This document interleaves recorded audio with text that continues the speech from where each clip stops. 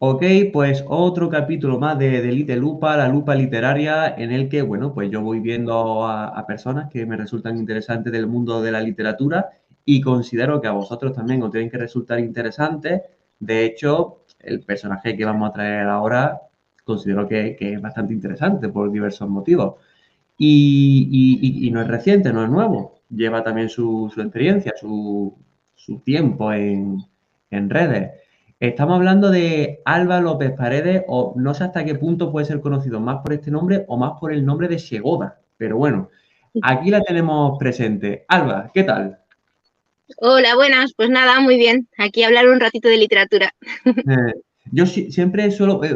¿cómo se te suele conocer más? ¿Por Alba o por Segoda? Pues es que como en redes estoy como Ségoda, la verdad es que mucha gente me hace la misma pregunta, ¿no? Que cómo se me conoce. Yo siempre me presento igual por Alba porque Ségoda es la protagonista de mi saga, pero bueno, pues siempre es lo típico que a veces pues te cambian el nombre un poco. Mm. Vale, pues normalmente yo siempre suelo pasarle el marrón al invitado o en este caso la invitada. ¿Quién eres tú? Es decir, ¿cómo podríamos conocerte? Para cualquiera que a lo mejor no te conozca, ¿cuál sería tu carta de presentación? Porque, bueno, a grandes rasgos escritora, pero tienes muchas cosas, tienes muchas publicaciones. ¿Qué deberíamos de saber de ti?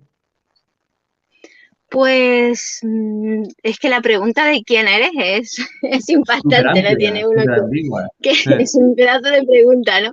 A ver, pues no sé, o sea, yo realmente creo que ante todo lo que intento destacar de mi labor o de a lo que me dedico, más aparte de escribir, es los valores que intento transmitir con la literatura, ¿no? Que creo que es pues esa inquietud de hacia dónde vamos como civilización, ¿no?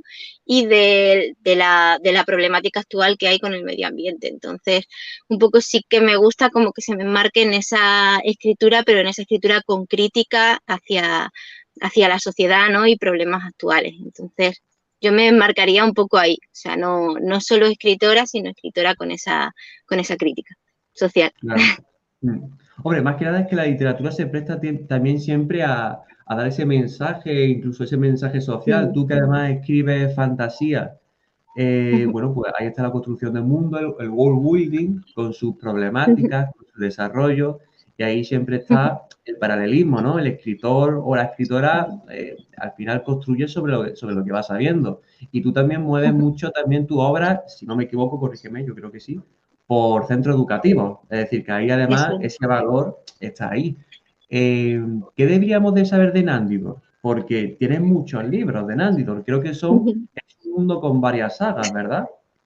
Sí, son dos trilogías, es la trilogía de Nándida, como los tengo por aquí os los voy enseñando, Mm. ¿vale? Tenemos la Podrán ver trilogía de los Nándida. de YouTube. Sí, esto también se sube en iVoox, ahí no los podrán ver, pero los de YouTube y creo que los de Spotify creo que también. Vale, ok, entonces tenemos la saga de Nándida y Ujú. luego la saga de la leyenda de Noah. Entonces ambas están inspiradas en el mismo universo. Nándidor te narra la Tierra dentro de unos 100 años, hemos agotado prácticamente todos los recursos, casi no queda agua, casi no queda comida, la naturaleza nos la hemos cargado, hay mucha contaminación y dentro de ese entorno tan devastado están los protagonistas que tienen dones y habilidades mágicos, entonces ellos pues digamos que descubren que hay un continente que es Nándidor, que es el que da nombre a la saga, que se ha librado de toda esa devastación y que está habitado por gente con este tipo de dones. Y deciden salir de la seguridad de sus casas a buscar este continente, ¿no? Entonces, un poco esa es la dinámica. Es una trilogía de magia, de acción, de aventuras, pero como os he dicho antes, también cargada de mucha crítica social. Y luego la leyenda de Noah continúa las aventuras de Frank y Segoda con otro personaje, que ya es el encargado de averiguar de dónde vienen sus ancestros y de dónde viene su magia.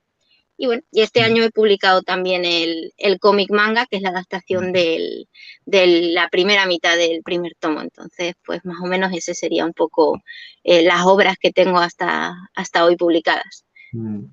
Dices que la segunda trilogía va después cronológicamente, o creo haber entendido de la segunda. Eso. De todas formas, ¿por dónde recomiendas empezar a leer? Dependiendo de cuáles sean, lo primero, vuestra edad y lo segundo, vuestros gustos. O sea, eh, si eres ya público adulto, si es alguien de público adulto que ya le gustan más giros de trama y demás, no hay problema en empezar por La leyenda de Noa, ¿vale? Porque es un libro más adulto, más complejo, con más giros de trama. Si es público infantil juvenil, tipo 10, 12, 13, 14 años, recomendaría empezar por Nandidor, ¿no? Y al público adulto, hay mucho público adulto que ha empezado por Nandidor, pero sí es cierto que pasa un poco como con la saga de Harry Potter, ¿no? Que esos primeros libros son más sencillos, tienen menos drama, tienen menos giros para que el lector juvenil se enganche o el lector infantil se enganche, y luego conforme vas avanzando vas viendo esa complejidad, ¿no? Esas muertes ya que se te clavan un poquito más en el corazoncito, pues con la saga de Nandidor y de Noa pasa un poco igual, ¿no? Que tienes esa evolución, ¿no? Se ve tanto la evolución mía como autora como la evolución de los personajes, vamos creciendo juntos al final.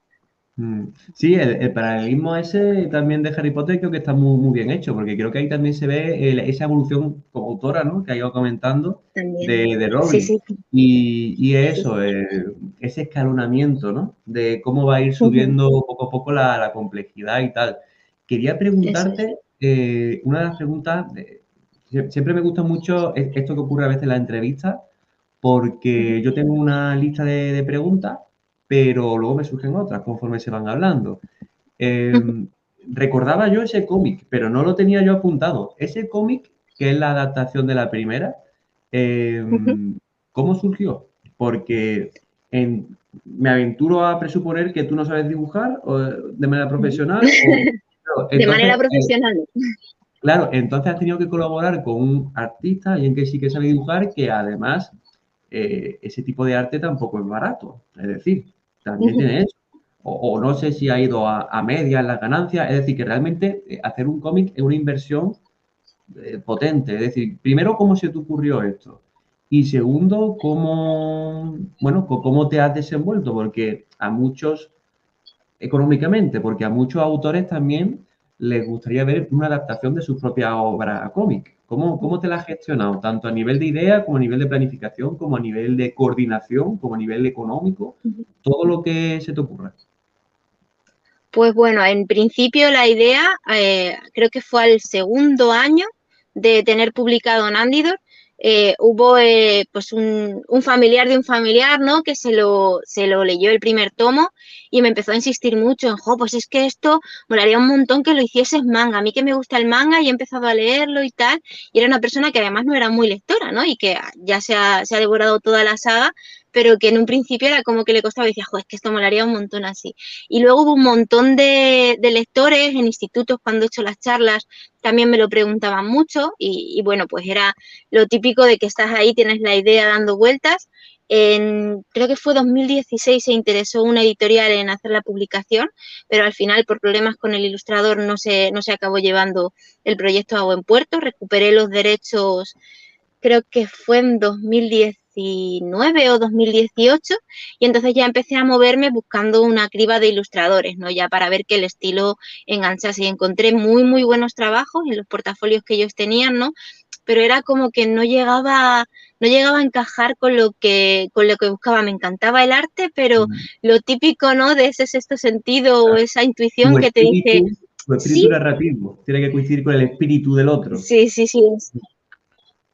Eso es, de decir sí, pero no. Y bueno, cuando vi las ilustraciones de Katami Studio, además fue súper curioso porque yo lo considero, no sé si crees mucho en el destino, pero yo lo considero mucho como que estaba destinado a que fueran ellas las que lo ilustraran, ¿no? Porque me llevé gente de BlaBlaCar y esta gente de BlaBlaCar me recomendó un ilustrador que había conocido en el Camino de Santiago. Este ilustrador tenía otro estilo más infantil y me recomendó a su vez unas no vecinas suyas, sino chicas de su mismo pueblo, no de Mataró, que ilustraban muy bien manga. Entonces yo fui como de una persona, de una recomendación a otra, y cuando llegué al Instagram de Katami Studio, de Miriam y Tamara, flipé. Dije, Dios, es que es justo el estilo que me encanta, ¿no? O sea, fue como flechazo. Y era como, por favor, que no sean muy caras sus ilustraciones, porque es que es maravilloso el trabajo, ¿no? Y también lo arriesgado de que trabajas con otra persona y dices, jolín, nos coordinaremos bien, ¿no? Y la verdad es que una suerte increíble, ¿no? Porque contacté con ellas, les interesó el proyecto y a la hora de trabajar es que es una maravilla, o sea, justamente esta mañana he estado en charlas aquí, ahora mismo estoy en Murcia, en Alquerías, y se lo comentaba a los chavales, que la expectativa de un autor es decir, le doy al ilustrador mi idea y quiero que la plasme tal cual, pero cuando le das al ilustrador tu idea y no solo que la plasma, sino que te la mejora, es brutal. Y he tenido la suerte tanto con Manuel, que es el ilustrador de las portadas, como con Miriam y Tamara, de que les doy esa idea y como son profesionales con mucha experiencia justo en ese campo, te dan un resultado muchísimo mejor del que tú esperabas, ¿no? Entonces, la verdad es que es una experiencia muy, muy buena. Y luego, en cuanto a lo que decías del tema de inversión, es una autoedición y yo hago de editora, ¿vale? Porque al estar dada de alta como editora y ellas tener aparte otro empleo, pues era como la forma más que más nos convenía a ambas partes. Yo ya tenía mi ahorro de proyecto hecho, entonces yo hice la inversión completa del cómic y hice prácticamente toda la labor de editorial, ¿no? Ellas, pues eso, han tenido su... Bueno, no es exactamente como una editorial, ¿vale? Porque Claro. ellas no han cobrado un adelanto y luego un porcentaje, sino que directamente han cobrado por el precio de todo el proyecto hasta que se extinga contrato. ¿Vale? Es un formato un poco raro, que es más arriesgado para mí, pero yo tenía claro que iba a haber un buen resultado. No me esperaba que fuese tan buen resultado, porque yo esperaba cubrir la inversión en 2 años y yo creo que en 1, si seguimos a este ritmo, va a estar cubierta. O sea que Qué guay. es una maravilla también con el tipo de ilustración que tienen ellas y la calidad al final es lo que más llama, ¿no? Lo que nos entra por los ojos al principio de portada y de ilustraciones. Qué guay. Pues, a ver, una de las cosillas, tenía pensado preguntarte sobre una cosa que ya he ido mencionando, los institutos, que ha ido a varios institutos, tal y cual. Pero antes de eso, quiero conveniente visualizar un poco cómo te mueves tú de instituto a instituto para, pues para visualizar bien el conjunto. Y una de las cosas que llama la atención, al menos a mí, que te he ido siguiendo ya durante cierto tiempo por redes sociales, es que tú realmente vas en una furgoneta o es una Tengo una furgoneta. furgoneta camperizada, estamos Claro. ahora mismo en ella, ¿vale? Ajá. Entonces yo me voy moviendo por toda España, haciendo las presentaciones, las ferias del libro y voy van life total, o sea, con mi ducha, con mis fuegos, con mi cama y es eso, como un caracolito con la casa a cuestas. Sí, ¿Y sí, sí. cómo se te ocurrió eso? Es decir, ¿tú ya estabas igual antes de ponerte a escribir y dijiste, bueno, pues ya perfecto, porque ya me muevo de antes? O, es decir, ¿cómo te gestionas? Porque realmente a un escritor le viene también súper bien ser viajero, porque Claro. va conociendo muchas comunidades a la vez, el tema de los institutos, ¿no? El tema de los Ujú. colegios has visitado, entiendo que también de vez en cuando, Sí, ¿no? sí, Eh, quinto y sexto, lo ¿cómo- que pasa es que como el marco es para más mayores, pues visito más institutos y claro. ferias del libro. ¿Y cómo se te ha ocurrido, cómo acabaste en una furgoneta yendo de un lado para otro? Bueno, a ver, creo que es como ya uno coge vicio de ir cumpliendo. Uno de mis sueños era poder dedicarme a la literatura y le Ujú. pude hacer el TIC en 2019 y desde los 7 años que vi a un primo de mi madre con una roulotte, con una caravana, yo dije, wow, yo quiero vivir en una de esas, me encantaría, ¿no? Era como ese sueño de niña y mi madre me decía, bueno, hija, esto está al alcance de muy poca gente, es una vida muy sacrificada porque te tienes que mover, esto si acaso para el fin de semana y cómo vas a invertir solo para un fin de semana, ¿no? Ningún trabajo te permite el poderte mover así. Y al final había un trabajo ideal que sí que me lo permitía. Yo ya cuando fue en 2015, que empecé con mi primer trabajo de dietista, tenía la idea, como era en Madrid y eran solo 2 días, tenía la idea de comprarme una camper y dormir allí en Madrid en la camper y poderme mover un poco porque además ya había empezado con los eventos de instituto. Pero bueno, no tenía todavía presupuesto suficiente ni ahorros suficientes para permitirme algo que tuviese una ducha, entonces iba a ser pues un poco precario el poderme mover así, entonces lo pospuse. Y bueno, pues ya después de la pandemia, fue como, de hecho fue no después de la pandemia, sino prácticamente en plena pandemia, se me iluminó la bombilla, empecé a hacer cuentas y dije, si es que me estoy dejando una pasta en alojamiento, me estoy dejando una pasta en gasolina, que si yo esto lo voy, y bueno, y en alquiler también, ¿no? Entonces es como si yo esto lo voy metiendo poco a poco, pues al final tengo ya ese alojamiento pagado y esa inversión hecha en una casa con ruedas, que es lo que mejor me viene ahora. Y le pongo otro tic a sueño cumplido, ¿no? Entonces, pues cogí y dije, mira, ya no me lo pienso, me dio la manta a la cabeza, saco los ahorros y para adelante, ¿no? Y la verdad es que siempre lo digo que el dinero mejor invertido de mi vida, ¿no? Porque te da una libertad también a la hora de ser autor, pues bueno, tú lo sabes, ¿no? O sea, cuanto más viajas, más personas conoces, más lugares conoces, más te inspiras, ¿no? De decir, jolín, pues veo esto y lo plasmo, conozco a esta persona y lo plasmo, y este estilo de vida pues te permite justamente eso, ¿no? El poder estar en constante movimiento. Qué guay. Porque realmente la esperanza de vida de una furgoneta es prácticamente la que tú le des, es la de la misma que un coche, es decir, ¿cuánto suele durar? Porque incluso De yo he visto... momento, Sí. perdona, de momento lo desconozco, ¿vale? Yo llevo ahora mismo 2 años completos viviendo ya exclusivamente en la furgoneta. He hecho alguna parada, pues a algún otro lugar, pero ya estrictamente mi vida completa es aquí. Y claro, no es lo mismo un uso ocasional de un vehículo, que lo coges un fin de semana o que lo coges una horita para trabajar, que estar 24/7 metida aquí, ¿no? Gastando luz, gastando agua, dándole rodaje. O sea, ya va a hacer, para este año que viene, voy a superar los 100.000 kilómetros. O sea, que yo creo que es un desgaste diferente al habitual. Entonces, supongo, confío en que 10 años me dure.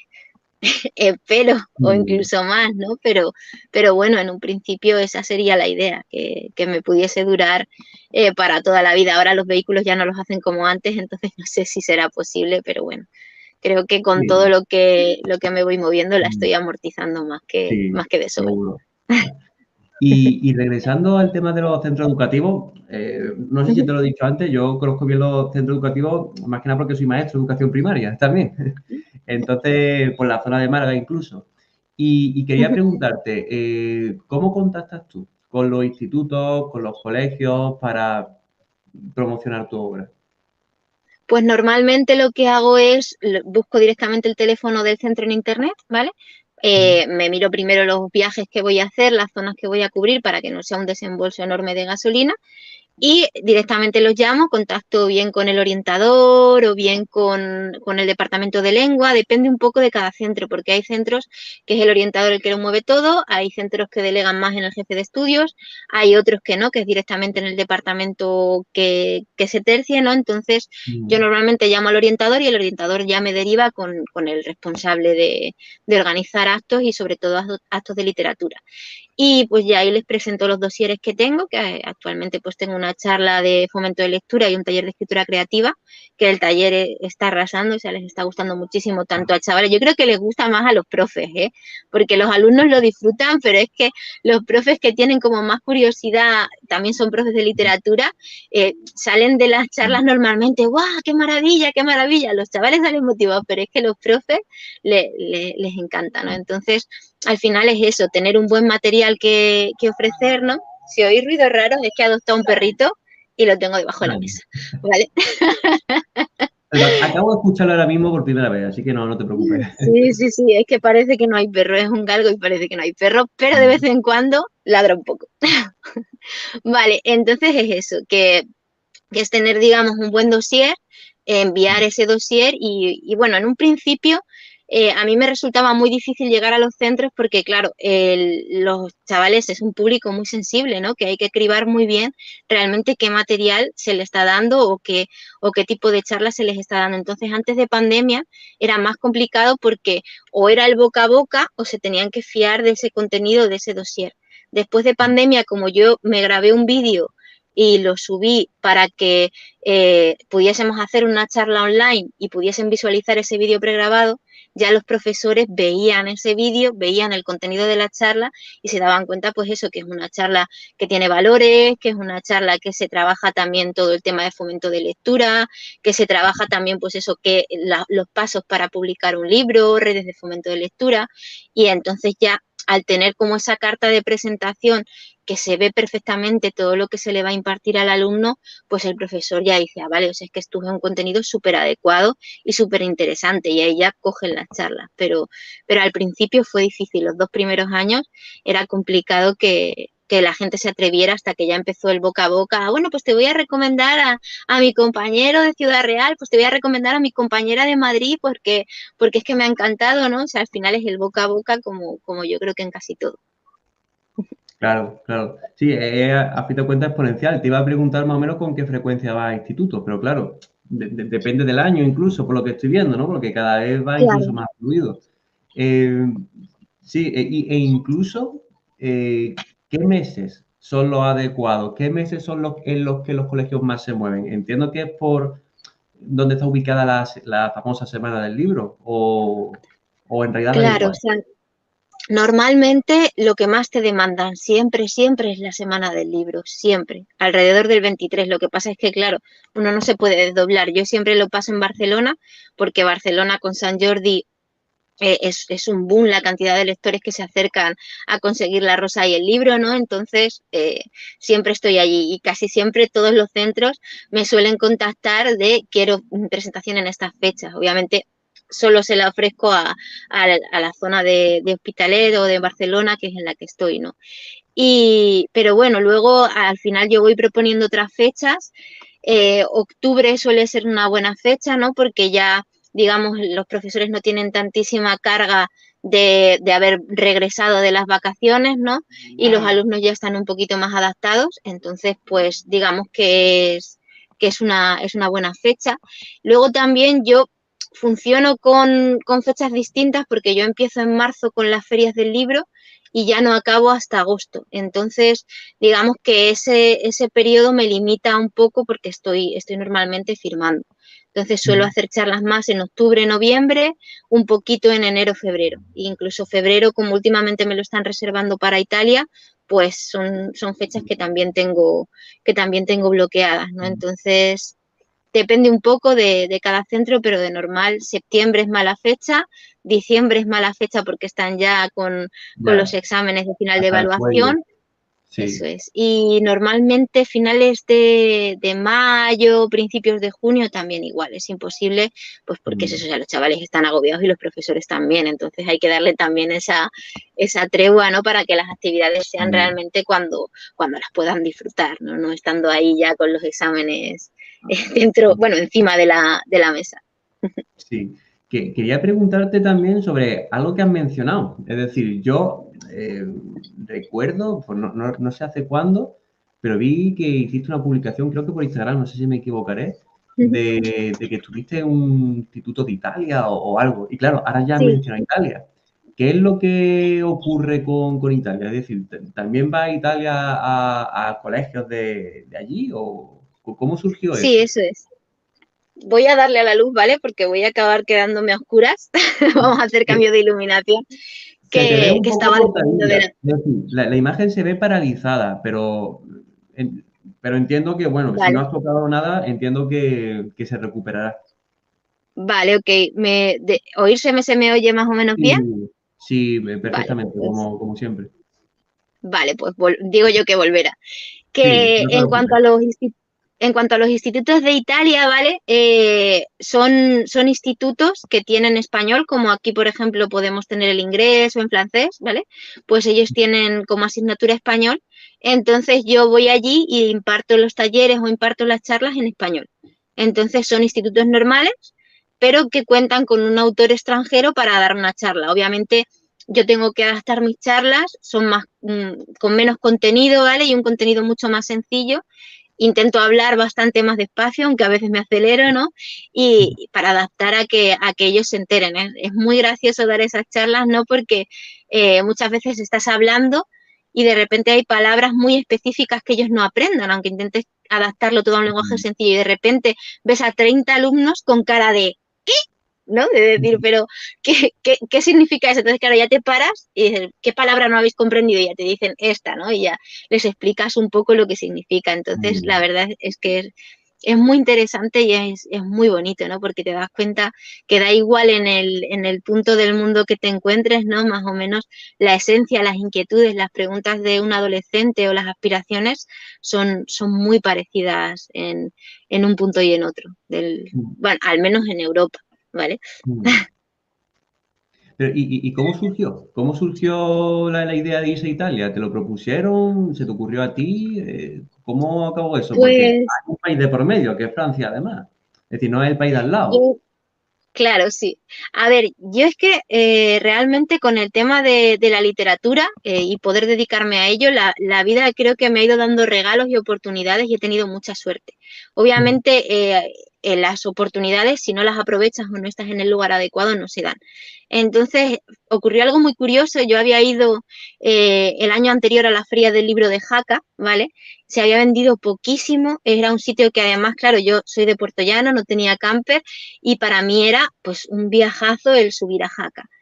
Y claro, yo al siguiente año en un principio tenía pensado no ir, me invitaron y como iba a haber unos amigos cerca en la zona de Pirineos y demás, pues dije, bueno, total, me animo, voy, que pierdo, ¿no? O sea, lo típico de estar en el lugar adecuado, en el momento adecuado, y dije, da igual, aunque no se venda, pues mira, aunque haya 5 6 7 10 lectores que ya se pasen, ya me compensa, ¿no? A nivel emocional, por decirlo así, aunque no vaya a obtener beneficios de la feria. Fui, se vendió muchísimo y además conocí a una de las profesoras con las que hago charlas allí, a Claudia, ¿vale?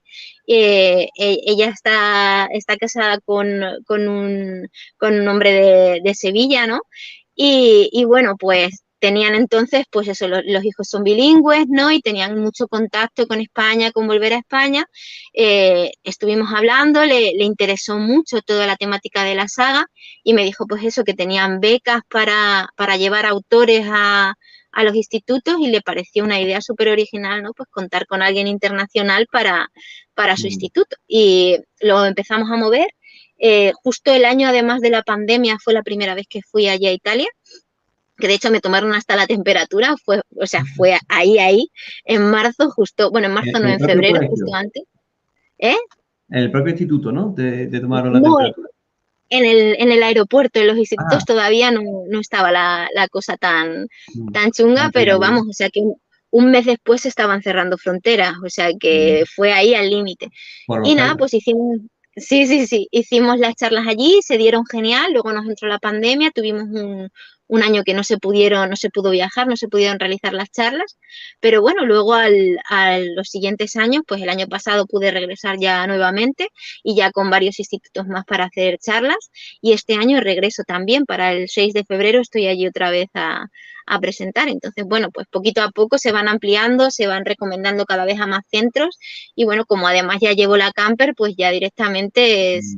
es hacer el viaje, quedarme allí, hacer las charlas y volver otra vez, que no tengo ningún tipo de prisa porque necesite un alojamiento y me esté invirtiendo más en Mm. alojamiento, ¿no? Mm. Entonces ese fue un poco el inicio de poder ir a Italia, ¿no? Qué guay. ¿Qué le diría a la gente que le gustase ese estilo de vida, ¿no? Viajar, conocer lugares, ir de centro educativo en centro educativo mientras que vas escribiendo y vas dando a conocer tu obra. Pero ¿qué le diría a esa persona que le gusta ese mundo, pero dice, uff, es que es muy caro, es que la gasolina está muy cara? Porque claro, viajar, últimamente también la gasolina está en aumento. No sé si has dicho antes también que tenía otro trabajo, no sé si lo sigues conservando. Eh, ¿cómo, ¿Cómo te la gestionas realmente para poder tener ese ritmo de vida, ¿no? De ir de un lado para otro. A ver, en primer lugar, te voy respondiendo por partes. El tema de lo del curro de dietista que tenía antes, en 2019 ya lo dejé y ya empecé a dedicarme a 100% a la literatura. Y luego, pues al final uno tiene que ir investigando, ¿no? O sea, lo primero, yo me suelo mover haciéndome un circuito, ¿vale? Que haga el mínimo gasto posible de gasolina, ¿no? Eh, salvo que haya un evento concreto que me digan quiero que vengas aquí, ¿no? Y te pago el desplazamiento y te pago tal, suelo intentar siempre que sea eso, que sea un circuito, pues yo que sé, subo de Valencia, subo a Barcelona, bajo por Zaragoza, por Madrid, o sea, me voy moviendo un poco para que no tenga que ser ir de Málaga a Barcelona, a Sevilla, ¿vale? Y Ujú. luego, aparte de ese croquis, yo aprovecho siempre para reponer. Yo las distribuidoras me las ahorro porque donde más se vende es donde yo hago el evento. Entonces yo me muevo con la furgoneta, como la furgoneta se puede cargar muchísimo, voy reponiendo también. Ese dinero ya lo ahorro. Y luego también aparte hago BlaBlaCar. Entonces, claro, si llevas 3 Claro. pasajeros de BlaBlaCar, la gasolina no te la pagan completa porque este bicho traga muchísimo, ¿no? Pero Mm. pagan un poquito. Entonces, al final, el desplazamiento está siendo no gratuito, pero casi. El alojamiento, una vez que ya has invertido en la furgoneta, es gratuito. Y bueno, lo único, la incomodidad, entre comillas, se podría decir, de tener que regirse a unos horarios de BlaBlaCar, pero es que luego también como autor y como persona te enriquece, ¿no? Porque estás conociendo más personas con su historia, con sus vivencias y no sé, también es algo muy, muy bonito y que yo recomiendo.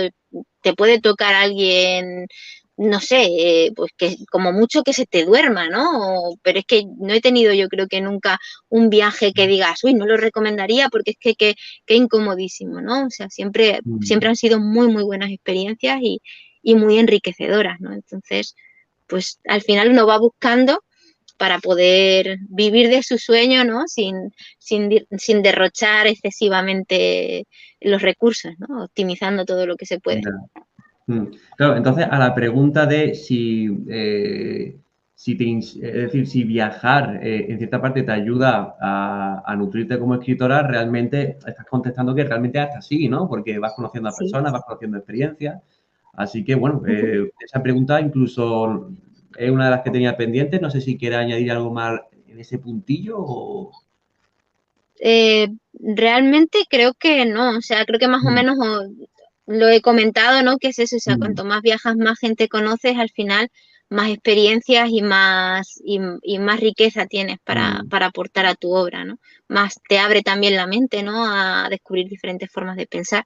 Que al final Mm. cuando uno escribe lo que busca es que el lector, ¿no? Viva diferentes vidas y pueda abrir un poco ese campo de visión, ¿no? Eso es. Entonces, poco más que aportar. Y ya como última pregunta, ¿cuáles son tus proyectos futuros? Es decir, ¿hay algo a lo mejor que esté a la vuelta de la esquina o en lo que estés trabajando que quieras aprovechar para comentar o dar alguna pildorilla? Pues a ver, actualmente tengo una biología entre manos, ¿vale? La tengo ya casi, casi terminada. Son dos, van a ser 2 tomos. El primero ya está sopesándolo una editorial, ¿vale? Que está interesada. Y el segundo lo tengo que lo estoy terminando. Entonces, esta editorial quería solo un tomo autoconclusivo, por eso me estoy dando prisa en acabar el segundo para poder anexionarlo en el caso de que no quisieran biología que pudiera Ujú. ser pues un autoconclusivo de, serán 600, 700 páginas más o menos, es largo, pero bueno, es un libro que la verdad es que te mantiene en tensión. Al tener todavía esa editorial interesada, que no sé si dirá el sí o dirá el no, no puedo contar de qué va, me muero Claro. de ganas por compartirlo, ¿Entendemos pero entendemos que es una editorial tradicional o...? editorial tradicional Ujú. de los grandes grupos, ¿vale? Entonces, eh, puede que sí salga el proyecto, puede que no. En el caso de que, o sea, me refiero con ellos, en el caso de Sí. que no sigan interesados, ¿vale? Que supongo que obtendré respuesta para febrero o marzo, ya lo anunciaré y automáticamente ya pues compartiré la publicidad del libro, ¿no? La sinopsis, os hablaré de él y ya pues seguramente lo podría publicar para abril, porque el primer tomo está ya Mm. terminado, cerrado, lo pasaré a algunos lectores beta para que me den un feedback y poder pulir un poquito más, pero está. Y es un libro que empieza, os puedo decir, sin desvelaros trama, que va narrado a 7 voces en primera persona, ¿vale? Y que es un libro que arranca en el punto de tensión alto y que intento y creo que consigo con éxito mantener esa tensión durante todo el libro hasta el final, ¿no? y luego ya en el segundo libro va habiendo muchos picos, pero el primero arranca, me ha costado mucho, ha sido un gran reto, ¿no? El empezar a escribir un libro desde aquí, que yo empecé con Nandidor contando todo muy introductorio, muy tal, y decidí empezar de forma impactante y luego ha sido complicado mantener ese grado de tensión. Pero bueno, tengo muchas ganas de compartirlo con vosotros. Ojalá que os pueda decir pronto de qué trata y lanzar ese anuncio porque tengo ganas. Ojalá que sea con la editorial que se ha interesado. Pero bueno, si no, la autoedición siempre me ha funcionado muy bien, entonces tampoco es un problema. Seguramente eso salga a flote, porque bueno, más que nada porque ya vas escalando puestos, cada vez vas creciendo más como escritora y yo creo que sí, la tendencia, ¿no? Cada vez es que estás invirtiendo más y eso en teoría tiene su fruto. Así que bueno. Sí. Y nada, por mi parte esto sería todo. No sé si quieres comentar algo más antes de despedirnos o directamente, bueno, te dejo ya las últimas palabras para que Pues puedas comentar lo que quieras. ok, pues darte las gracias por la entrevista, ¿no? Que ya he visto que vas haciendo entrevistas a muchísimos autores, ¿no? Y es una forma como de ayudarnos, de darnos a conocer y de echarnos una mano y nada, ha sido un placer, me alegró mucho que me contactases y poder tener esta oportunidad, ¿no? De charlar un ratito. Y nada, poquito más. Tenéis las redes sociales si queréis echarle un ojo. Si buscáis en Instagram @Segoda, pues allí estoy, ¿no? Cualquier persona que me quiera escribir, pues yo encantadísima de charlar, de informarle de lo que sea. Y nada, pues con ganas de poder coincidir en persona también, ¿no? Y charlar un poquito más todavía de literatura de lo que hemos charlado, no solo preguntándome tú a mí, ¿no? Sino pudiendo compartir un poco la experiencia como autores. Sí, yo esto incluso, muchas entrevistas incluso las hago para conocer gente que me resulta interesante e incluso también, es que hay muchos escritores, pero no todos están en tu lugar. Entonces, si lo hago telemático, entonces puedo conocer muchas personas. Y al hilo de lo que has dicho, hubo una vez en la que en realidad nos vimos, lo que pasa que, claro, yo te conocía de vista, pero no dije nada, pues y no rompí la pared. Creo que fue en la Feria del Libro de Málaga. En una Feria del Libro de Málaga, yo era uno entre la multitud que pasó de largo y dije, ah, mira, a esa la conozco. Así Ok, que bueno. vale. Es que claro, o sea, coincidimos muchos autores, me cruzo muchas personas, me puede sonar la cara, pero ya ubicar es complicado, ¿no? Pero Yo siempre era que uno. coincidimos, Yo era uno de vale, los de relleno del fondo. ok. Siempre que coincidimos, una cosa que sí que me gustaría añadir, ¿no? Es que cuando coincidimos autores en feria es algo muy bonito porque siempre tienes un feedback, ¿no? De intercambiarte tips, de cosas que te funcionan. Y la experiencia que yo he tenido como autora siempre ha sido de que es un mundo de apoyo, ¿no? O sea, que siempre estamos ahí para echarnos un cable, para colaborar y tal. Y me parece muy bonito la comunidad que se forma, ¿no? Y lo que nos vamos echando una mano, ¿no? Ok, pues El nada, perro otra vez. que se ha escuchado como un cacerolazo. Intento que ha sido Sí, el sí, sí, perro. el cacharro del perro. Bueno, pues con ese dong, o como Bueno, sea, nos despedimos. Y nada, muchísimas gracias por haber estado aquí, Alba, y he acabado gracias a contento ti. con la entrevista. Con esto nos despedimos y bueno, al público, pues que seguirán habiendo capítulos y Litelupa sigue y sigue. Nos seguimos viendo. Gracias y hasta luego. Adiós.